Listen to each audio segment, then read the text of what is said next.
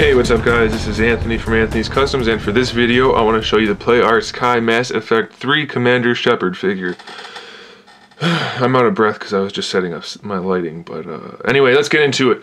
So this is Commander Shepard. I really like the Mass Effect series. I like Play Arts Kai figures, so I thought this had to be a perfect fit, and it's not a perfect fit. I mean, it'll get there, but it's not the best figure there is. There are definitely some things that disappointed me about the figure.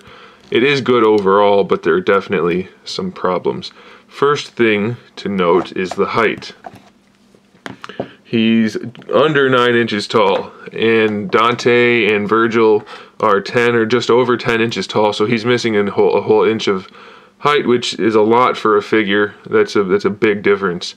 So he's significantly shorter than some other Play Arts figures. I was hoping they'd be larger.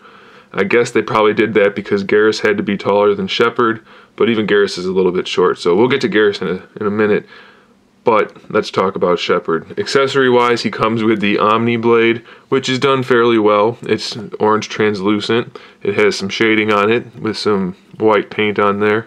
It's not really white, but it gives the effect that there's white in there somewhere. He's also got the Valkyrie Rifle, if I remember correctly, which is done very well. The detail is great on the weapons. They don't collapse. I was really hoping that the weapons would collapse like they do in the game. It wouldn't be that hard to do. Since they do it in game, they could just make them slide in and out of each other for the figures, but they didn't, which isn't a huge deal, but it's something I was hoping for. So he's got the rifle. He's got the, I think this is the Eagle pistol, which again, great detail, looks awesome. Done very well, so that's nice. He's got 2 fist hands. One fist hand is on this arm right here, just a plain old fist. Another one over here with the red and white armor detail. Plain old fist. Nice detail though. Looks like I have a little bit of silver paint on mine. That's no good. But there you go. And then he has 2 gun hands. Focus. So this will be the left hand with no armor detailing, and then the one holding the rifle obviously has the red and white on it. That's it for accessories. One thing that would have really made this guy better is the head sculpt being better, or the helmeted version, which I think would have been the best because probably very few people actually stuck with the stock Shepard look. They probably made their own, so giving him a helmet, or at least a half helmet like some of the helmets are, I think that definitely would have been a better choice than giving us not only the standard head, but a crappy version of it. It just doesn't look great. It's not horrible. I don't know why it's not focusing. It's not horrible, but it's not good. The head's kind of peanut shaped. The eyebrows are painted weird. It's really dark and pasty looking. And the shape of the head's off. He's missing some of his head back here. It should be rounded, filled out more, a little bit more square. So it's just kind of disappointing head sculpt. It's not horrible. It's not so much to the point where if it's on the shelf posed nicely, you're going to say, hey, that's a goofy looking figure. I mean, it looks decent. It just definitely could look better. Then the only other real issue I have with this figure is he's got kind of broad hips and narrow shoulders. The shoulders aren't particularly narrow, but the thickness and the breadth, B-R-E-D-T-H, the breadth of the hips, I think I did that right. If I did that wrong, I'm going to look like a total doofus. But either way, the hips look kind of weird. That's all. It's not really the proportions are off. It's more of the way they built them. There's this weird flexible piece that they made as part of the hip. And I don't know why they do that. Normally they just have the floating crotch piece. But the hips have this other piece that you have to tuck inside the crotch hip, other hip piece. So that's just, it's really strange, and it bulks out the hips right here. And I don't care for it too much. It looks okay once you get it posed. I mean, once you pose it and you tuck it in everywhere, it's going to look just fine, and it'll be okay. But it's just kind of a strange design that I'm not sure why they did that. But overall, it still looks okay. You know, he still looks good. So let's get into the paintwork of the rest of the figure, not just the head. The armor detailing is phenomenal. It looks great. You have all these textures that the paint's dry brushed over. You have some nice glossy metallic pieces for like the flat plate armor. Just looks absolutely stunning. It looks really, really good. The detailing back here, the lights, everything's done really well. The stripe's pretty good. The red's not 100% universal throughout the entire stripe, but it's close enough. And then, like I said, the weapons are done really well. So the paint's good. Not really going to complain. The sculpt, top notch. All this detailing, all this texture. Look up close at the knee. Just really a huge amount of detail in this guy. So, like I said, there are some drawbacks, but it's still a good figure, and I'm going to recommend it at the end of the review anyway, so I'll just get that out of the way. Let's talk articulation. The head is on a ball joint, at least a single ball joint, probably a single joint. Not going to pop it off to check, but it does have plenty of range of motion, get it to go from side to side, all around. The collar piece does get in the way a little bit, but there's only so much you can do about that. Since it's armor, it couldn't be soft. The neck does move with the head. Technically, it's on its own joint, but it's really, you can't really do much with it other than let it move with the head. So, relatively limited. The shoulders have this horizontal joint that lets the arm come across the chest, which is really nice. I love it when figures are able to make more realistic types of poses. Of course, doesn't look great from the back or the side, but it's still better than nothing, and you don't have to use it completely, just leave it like that and it still looks pretty good. So he's got that.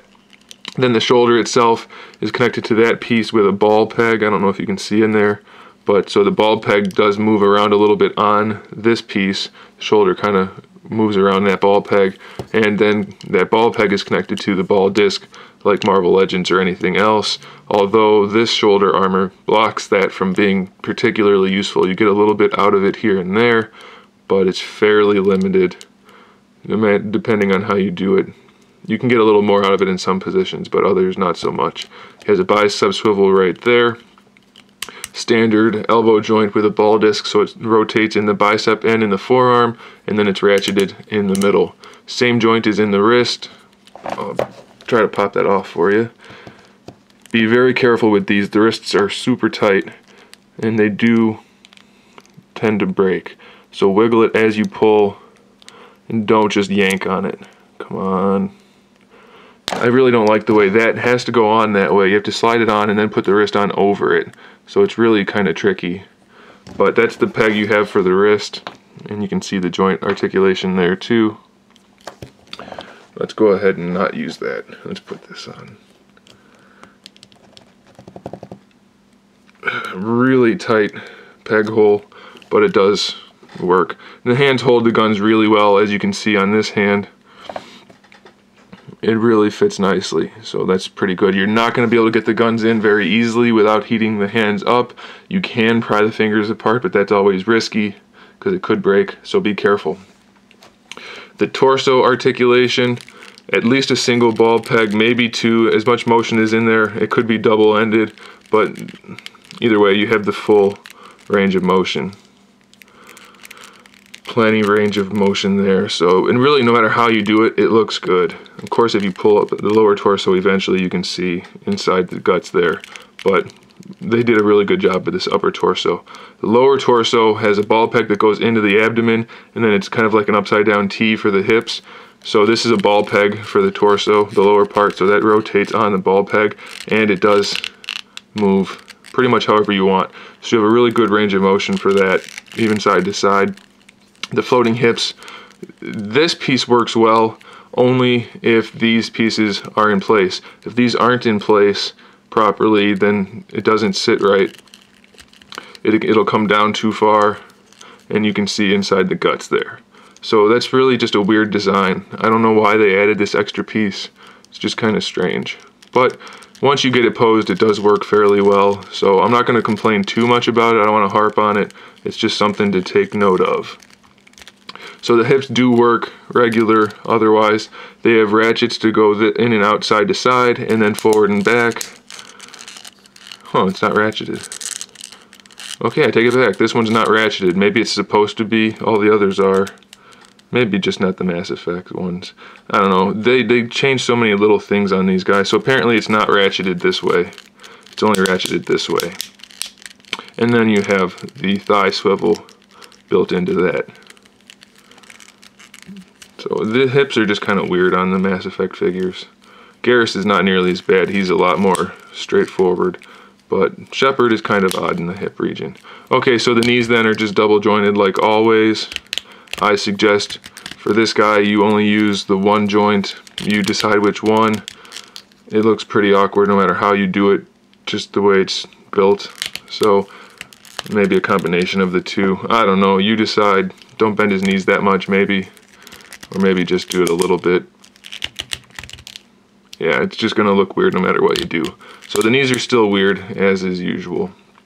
The ankles are the same joint as the elbow and the wrist, and the foot has a swivel right there. He's a little hard to get to stand because he does kind of have small feet.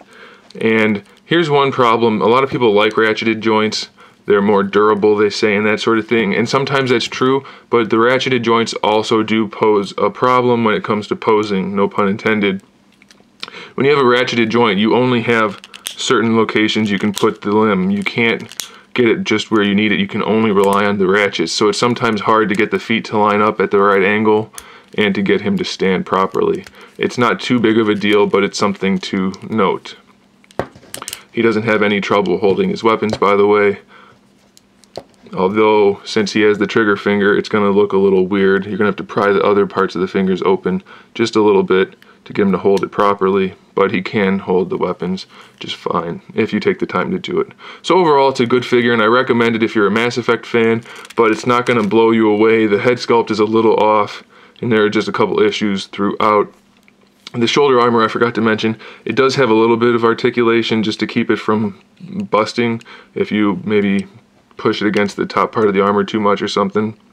But it's not going to really be enough to increase the articulation of the shoulder, the range of motion. So it's kind of useless to have that on a joint, really, because it doesn't have too much motion.